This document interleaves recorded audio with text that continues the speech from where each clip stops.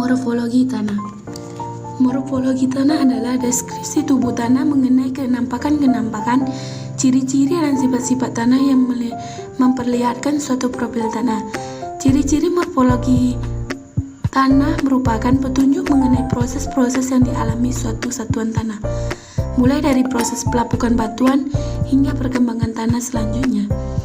Pengaruh faktor-faktor pembentukan tanah yang saling tindak satu sama lain secara kompleks akan meninggalkan ciri-ciri pada profil tanah yang khas pada setiap satu satuan tanah. Horizon tanah. Horizon tanah, lapisan tanah atau bawahan tanah yang kurang lebih sejajar dengan permukaan tanah dan berbeda dengan lapisan di sebelah atas ataupun bawahnya, yang secara genetik ada kaitannya. Horizon tanah berbeda dengan lapisan tanah. Dalam hal proses pembentukan horizon tanah terbentuk karena proses perkembangan tanah, sementara lapisan tanah terbentuk karena proses pengendapan bahan tanah oleh tenaga geomorfik. Urutan horizon tanah dari permukaan ke bawah permukaan mengikuti logika pembentukan tanah oleh berbagai proses transkolasi, transformasi, pengurangan, dan penambahan atas senyawa kimia dan partikel tanah di dalam profil. Yang selanjutnya, horizon genetik utama.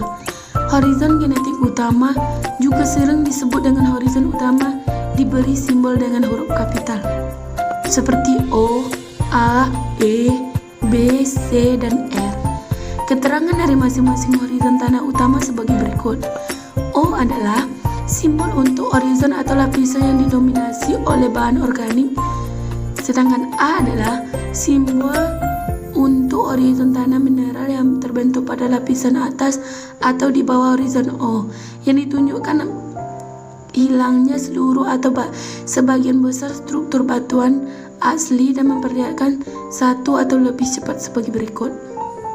Yang pertama, dicirikan oleh akumulasi bahan organik bercampur sangat intensif dengan reaksi mineral dan didominasi oleh sifat-sifat yang merupakan karakteristik horizon E dan B. Yang kedua, memiliki sifat-sifat yang diakibatkan oleh pengelolaan tanah, pengembalaan, atau gangguan lain yang sejenis. E adalah simbol untuk horizon yang mengalami proses pelindian maksimal, dicirikan oleh warna yang lebih terang daripada horizon B yang terletak di bawahnya. Umumnya terdapat pada tanah spondosol, dijumpai pada dataran bawah di Sumatera atau Kalimantan.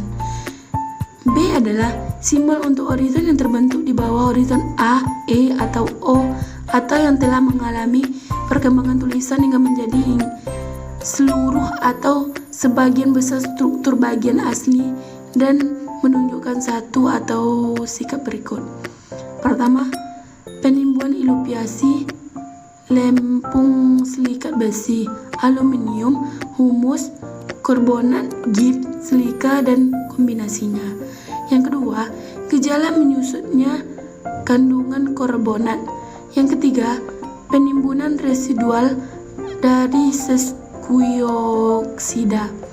Yang keempat, penyelaputan sekuioksida dan menyebabkan horizon secara menyolap mempunyai fluid dan lebih rendah, kroma yang lebih tinggi, atau hue lebih merah dibandingkan horizon di atas ataupun di bawah.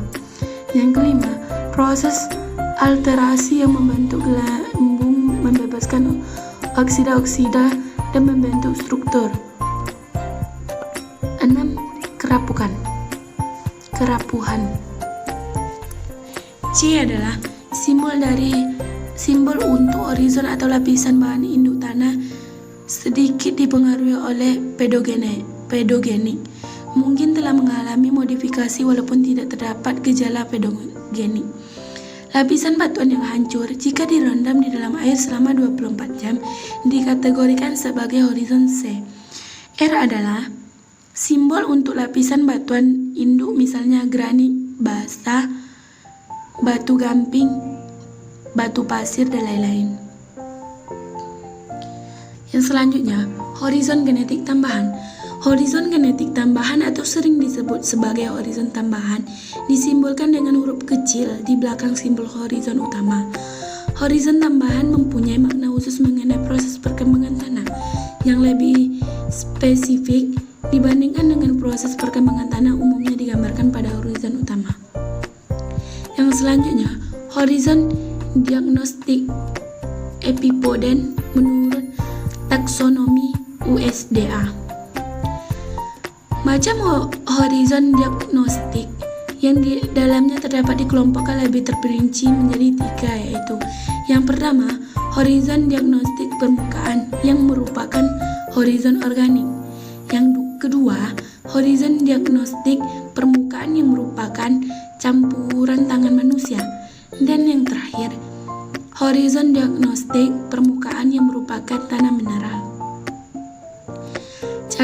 Cakupan horizon diagnostik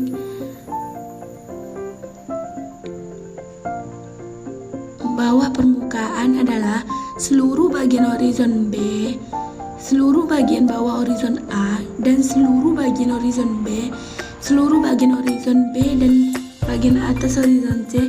Secara garis besar, genesis horizon diagnosis titik bawah permukaan dapat dikelompokkan menjadi 6, yaitu eluviasi dan iluviasi, proses dries bebas, kapitalisasi, sementasi, pengolahan tanah, dan rusaknya karena pelindian. Sekian, terima kasih.